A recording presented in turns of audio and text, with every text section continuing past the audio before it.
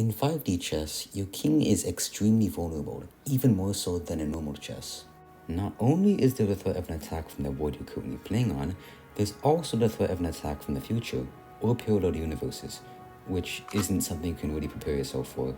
The king should be protected at all times, even when it is not in danger, or you might get checkmated by a threat you had no way of predicting. But what if you could force your opponent's king to put itself in a vulnerable position that you could then exploit later on?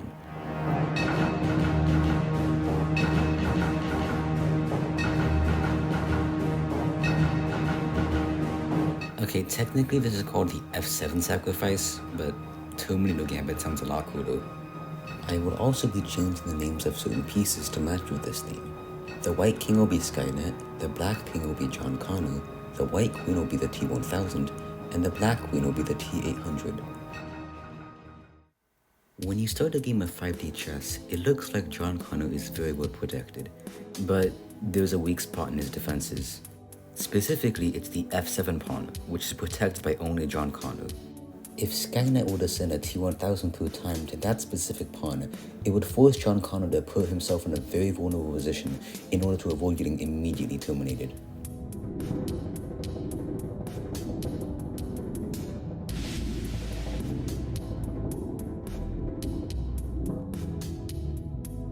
John Connor is now forced to kill the T-1000, but in doing so would put himself in a very vulnerable position. This vulnerable position would then be exploited by Skynet.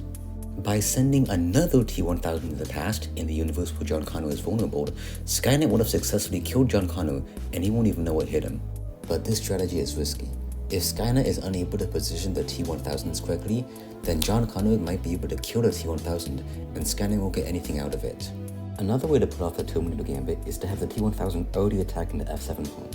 That way, when you do go back in time, the T-1000 sent to terminate John Connor is protected by another T-1000. John Connor would have no way to escape two Terminators.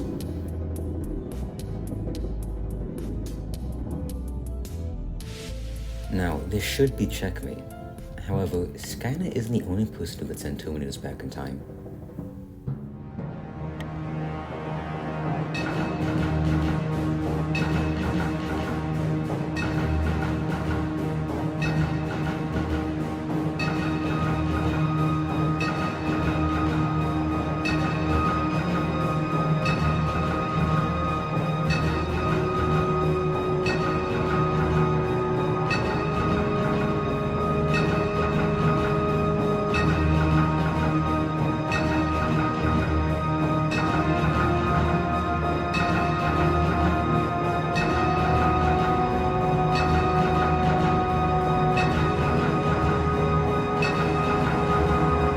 Unfortunately for John Connor, the only thing the T-800 can do is just delay the inevitable.